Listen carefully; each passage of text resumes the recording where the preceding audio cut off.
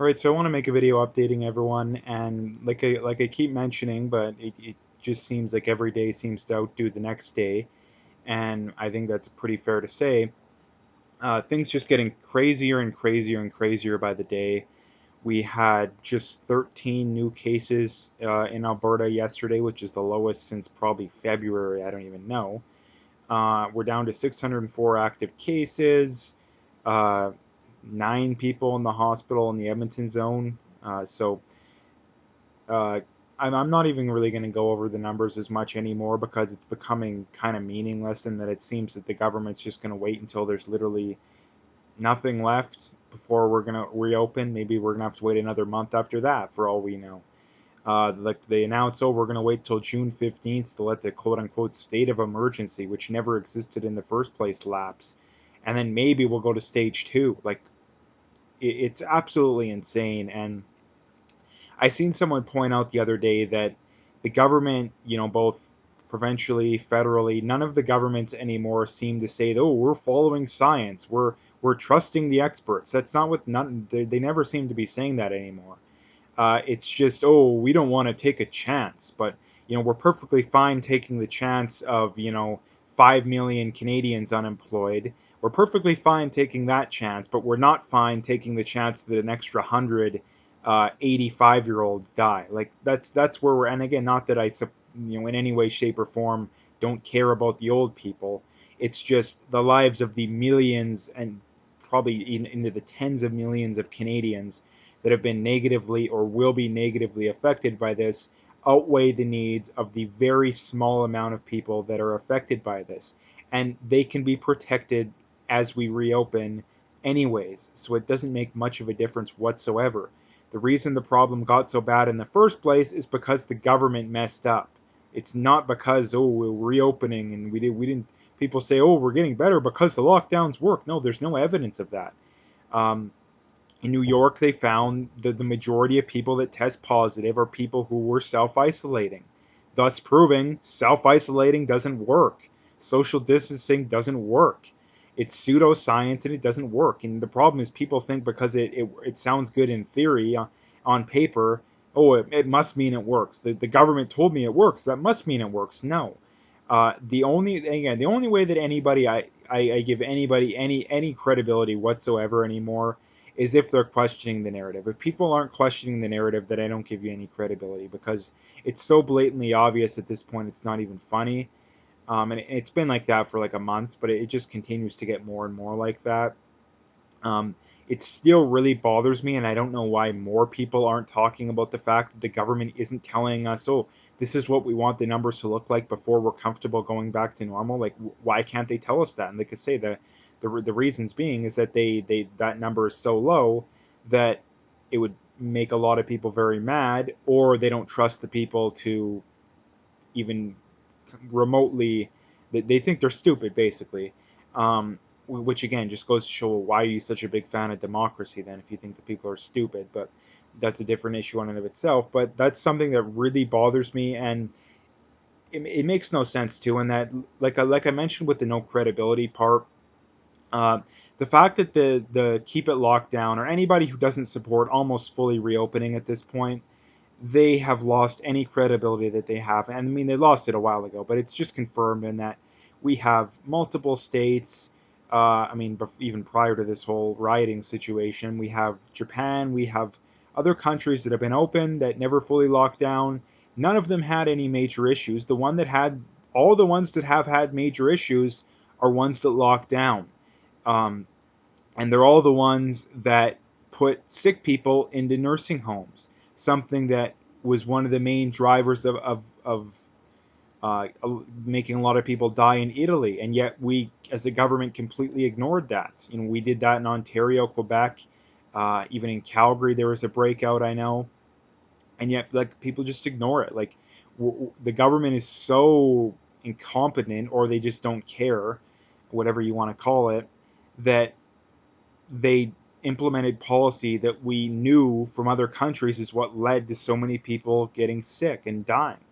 And the fact that the revolution right now and all this rioting isn't going on to protest the government, and because of largely made up racism is absolutely insane. And I'm saying largely made up because there definitely is some racism. But the idea that there's this systematic racism and it's the worst thing ever, like a lot of these, or most people these days seem like they believe, is just not true. Hate crimes are blacks are much more likely to commit hate crimes against whites. Whites are much less likely to commit hate crimes against as opposed to pretty much any race. So the idea that blacks are oppressed, no, it's not true. In the past, yeah, but nowadays, no, not at all. Um, so anyway, getting to the other some other stuff here. This is from Michael Trace. Again, this is something that I've mentioned before, but still a lot of people like we see in Canada. Like I'm reading through social media, and there's still, oh, I seen a bunch of people at the lake this weekend. Oh, harumph, I say, it's so scary. We're all gonna die, and yet somehow these people are ignoring the tens of thousands of people in it's like 50 cities, maybe even more in the states that are congregating in very small areas. Somehow they're ignoring that. Somehow they're ignoring the multiple states and multiple countries that have been open for months or over a month. Like I don't understand how people can be this ignorant. Like I really don't understand. Like it's literally right out in the open. Like it's like elephant in the room level of obvious, and you still have people that are talking about, ooh, well, I seen people that weren't social distancing, they should get a ticket. Like come on, people. Like my god, are you dumb?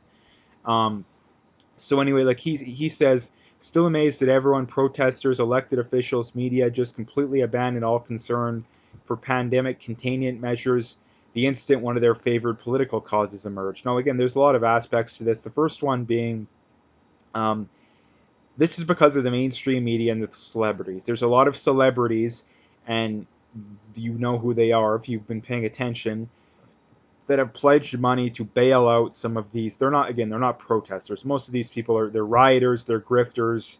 Is there some innocent, peaceful people in there? Yeah, but the fact that there's what's going on is going on just goes to show that there is a very large number of people that have very bad intentions, and they are not doing anything at all to do with justice, social justice, whatever you want to call it. And the other thing that I wanted to bring up is that people constantly rag on people like me, or people that are even more popular than me that have beliefs like me, and saying, "Oh, you're so terrible because of you support beliefs that are getting people hurt." Well, first of all, that's largely BS. That's largely BS. They just spin whatever you say to justify their stupid beliefs, but yet they never point out how the mainstream media egged on all these rioters, or quote unquote protesters, if you want to call them that, which has led to probably hundreds of millions, maybe billions of dollars in property damage. I mean, they're destroying largely their own neighborhoods.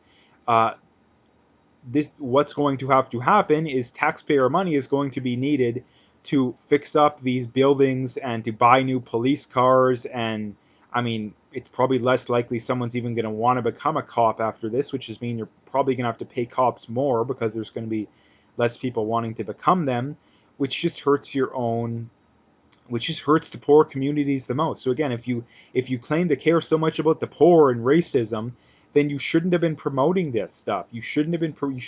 You should have said, yeah, the death of George Floyd was definitely not justified, but it does not justify any looting, anything whatsoever. And part of the thing that I think, uh, you know, help perpetrate all the stuff that's going on. Again, Canadians will point out, oh, we're in Canada, we're immune from this kind of stuff. Why are you so obsessed with it? No, this stuff is going to happen in Canada at some point. Especially if Trudeau stays in power. I mark my words, it will happen in Canada. Um, I mean, there's already protests in Toronto. They're not nearly as violent, but who knows if they could easily get violent. So don't think that, oh, we're immune from it. Um, but this is what is going to happen in Canada. And the thing to point out is that because of the media and because of all this kind of stuff, this is why that is happening. So next time anybody tries to make I don't care, you're supporting using violence against, no, I'm I've never said I support using violence. I've only say I support using violence when other people threaten violence or want to use violence, because then it's self-defense, which anybody with half a brain supports. So and this is not self-defense. This is not justified in any way, shape, or form. Looting. I mean, there's been people killed. There was a black cop that was killed last night. I believe there was another black guy in Dallas that was killed trying to protect his store. So the idea that this has anything to do with racial justice, social justice, any of that kind of stuff is complete and utter BS. I mean, there was multiple black people killed last night. If it was about that, then why were they killed? It has nothing to do with it. I mean, very little. It's just an excuse. It's just an excuse. And it's largely the Democratic run areas. So, I mean, look at Toronto. That's exactly what's, about to go on there. So, this is the main thing I wanted to bring up with that, because it's things are getting very crazy. And one of the pitfalls of people is people think that it won't happen here. And like I say, I guarantee you it will at some point, especially if Trudeau gets reelected, because they're going to keep pumping Canada full of immigrants, and immigrants disproportionately commit crime. And when stuff like this happens, things are gonna go crazy. And I think that the fact that people were forced to stay home, or at least largely forced to stay home for the last almost 3 months now, and it turned out to be completely BS, that there was no reason, and the government was clearly lying for most of that amount of time, and maybe not off the start, but for most of it. I think that this was just the letting the it was just a classic poking the bear scenario, that people were mad on all sides of the political spectrum. I mean, this has made things worse on all sides of the political spectrum, which is why I think that this will lead to, this very well could, I'm not saying it's going, I don't think it will for sure, but I think it's more likely than not that it will lead to a civil war. Uh, in the States and probably in Canada. And it won't be a traditional, North versus South, East versus West kind of thing. I think there'll be more divided factions. There'll be factions within factions and all that kind of stuff. It won't be a clear cut, this group against that group. It'll be a little more intricate than that. So that's what I wanted to bring up as far as that goes. But it really just bothers me to the nth degree that all of a sudden nobody cares anymore. Like I said, just last week in Toronto, there was massive outcry. Oh, how dare you people go to the park and congregate? And then nothing, not a peep from any of these idiotic people, both politicians and members of the general public. And like I say, I'm done having sympathy for people too. I'm really done having sympathy for people. I know a lot of people just are so ignorant and dumbed down that they don't know what's good for them, or at least, kind of a way of putting it. But again, I'm done having sympathy for people, because we're past that point. We're probably past the point of no return. So anyway, this is from Mark Friesen points it out. Now, this is the amount of percentage of deaths as far as the Canadian population goes, and it just goes to show just how little Canadians are actually affected by this. That the percentage of Canadians that have died from this is 0.0001634. So 0.3016. That's basically the percentage of people that have died from this, which is absolutely insane. It's like 80% people like the median age is like 80 of dying from this. So the idea that this is affecting Canadians greatly is not true. It couldn't be anything further from the truth. So I just wanted to point that out, because it's very crazy to think about. This is from Paul Joseph Watson. He goes on to say psychiatrists wrote 86% more prescriptions for psychotropic drugs, including antidepressants, during the lockdown months of March and April compared to January, February, it has been revealed. And this just goes to show, this is just another piece of evidence on top of the, it seems like, literal mountain of evidence that the lockdowns are causing more harm than good. And like I say, it just keeps boggling my mind how people can still support even the idea of having things locked down a month ago, let alone still to this day. I don't understand how people can be so stupid. I really don't. I really don't understand. Like, this just goes to show that the average person out there will literally believe whatever the government tells them. And people always mock and joke about that kind of stuff, but it's true. It seriously is true. So the last thing I wanted to talk about here is something I brought up before, but It literally says on the information sheet or whatever you want to call it for the flu shot that there has been no controlled trials demonstrating a decrease um, in chances of getting the flu after getting the flu shot. There has been no studies to back that up, and I've cited that multiple times. I've said it, but here is a literal information sheet from a flu shot saying that, and which just goes to show that getting the flu shot is pointless. It's literally pointless. And there is negative side effects. There is lots of people every year that have uh, negative side effects from the flu shot. I mean, the United States government pays out hundreds of millions of dollars a year from people claiming vaccines have hurt them, which just means that vaccines are not 100% safe and effective.